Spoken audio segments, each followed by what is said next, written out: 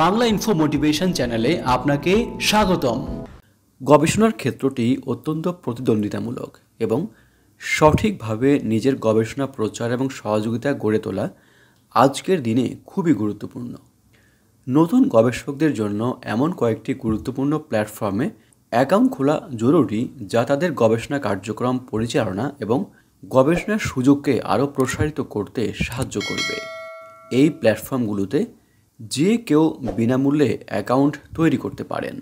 Google scholar. গবেষণার জন্য Google scholar একটি জনপ্রিয় প্ল্যাটফর্ম। এখানে গবেষকেরা তাদের প্রকাশিত গবেষণাপত্র আপলোড করতে পারেন এবং অন্যরা কিভাবে তাদের কাজ সাইট করছে তা দেখতে পারেন। এটি গবেষণার তথ্য জানার এবং নিজের কাজকে ছড়িয়ে দেওয়ার সহজ মাধ্যম।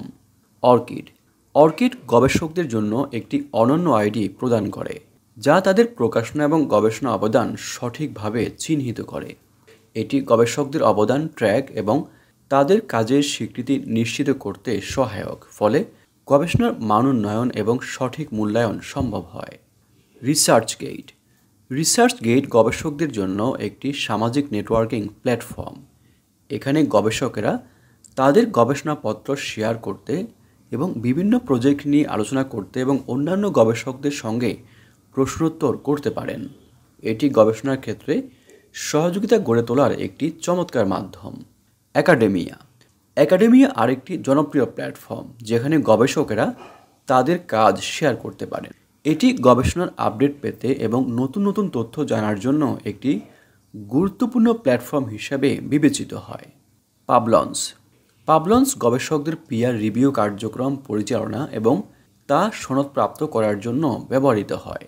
যারা গবেষণাপত্র রিভিউ করেন তারা এখানে তাদের কাজের রেকর্ড রাখতে পারেন এবং এই কাজের ভিত্তিতে সার্টিফিকেট বা সনদ পেতে পারেন। স্কোপাস গবেষকদের গবেষণা প্রকাশনা সংক্রান্ত তথ্য সংরক্ষণ করে এবং গবেষণার মেট্রিক্স প্রদান করে। গবেষকেরা স্কোপাস প্রোফাইলে তাদের গবেষণার আপডেট রাখতে পারেন এবং এটি তাদের কাজের আন্তর্জাতিক স্বীকৃতির জন্য গুরুত্বপূর্ণ।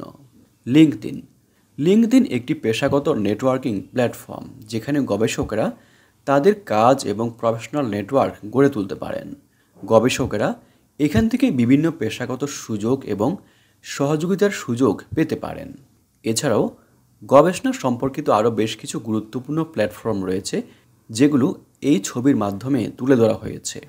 গবেষকরা যেসব গুরুত্বপূর্ণ প্ল্যাটফর্ম ব্যবহার করতে পারেন এ নিয়ে সাজানো আজকের পর্বটি আমরা এখানেই শেষ করছি। মোটিভেশনাল এবং দক্ষতা বৃদ্ধিমূলক নানান ভিডিও দেখতে আমাদের চ্যানেলটি সাবস্ক্রাইব করার জন্য আপনাদের প্রতি বিশেষভাবে অনুরোধ করছি। আপনারা যেখানেই থাকবেন অনেক ভালো থাকবেন। ধন্যবাদ।